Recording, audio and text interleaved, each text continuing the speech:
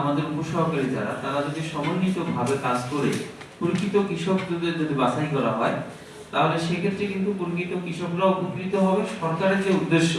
যে বিনামূল্যে সার এবং বীজ এবং বিভিন্ন সময় বিভিন্ন ধরনের প্রণোদনা প্রদান করে থাকে,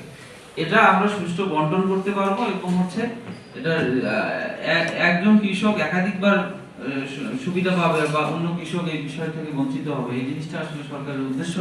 আমার কাছে মনে হয় যে এটা ব্যাহত হচ্ছে। তো এক্ষেত্রে আমি হচ্ছে অনুরোধ করব যে এখানে ইউনিয়ন পরিষদের চেয়ারম্যানরা আছেন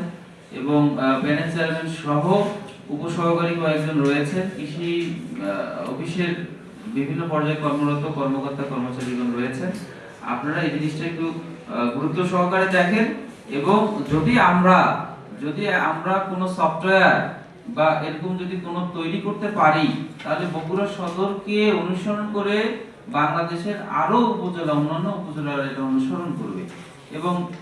এটা করা সম্ভব। কারণ হচ্ছে যদি আমাদের টার্গেট থাকে যে আমি এটা করব, হ্যাঁ, কৃষকদের নাম সহ আমাদের কতজন কৃষক, ধরেন যে কতজন 90,000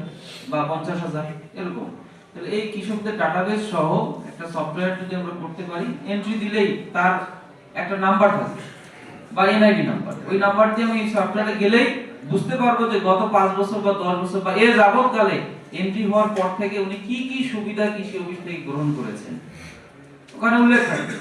যে উনি হচ্ছে সার নিয়েছেন, উনি বীজ নিয়েছেন, উনি হচ্ছে সরিষার বীজ পেয়েছেন, পাটের বীজ পেয়েছেন, বিভিন্ন ধরনের এরকম ধরনের যদি হয়, তাহলে আমরা পরবর্তী পর্যায়ে নির্বাচনের ক্ষেত্রে আমরা এটা বিবেচনা করতে পারবো এবং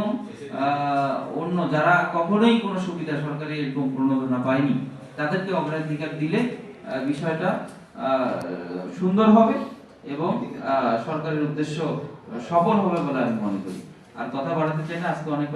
বেশ কয়েকটা মিটিং রয়েছে।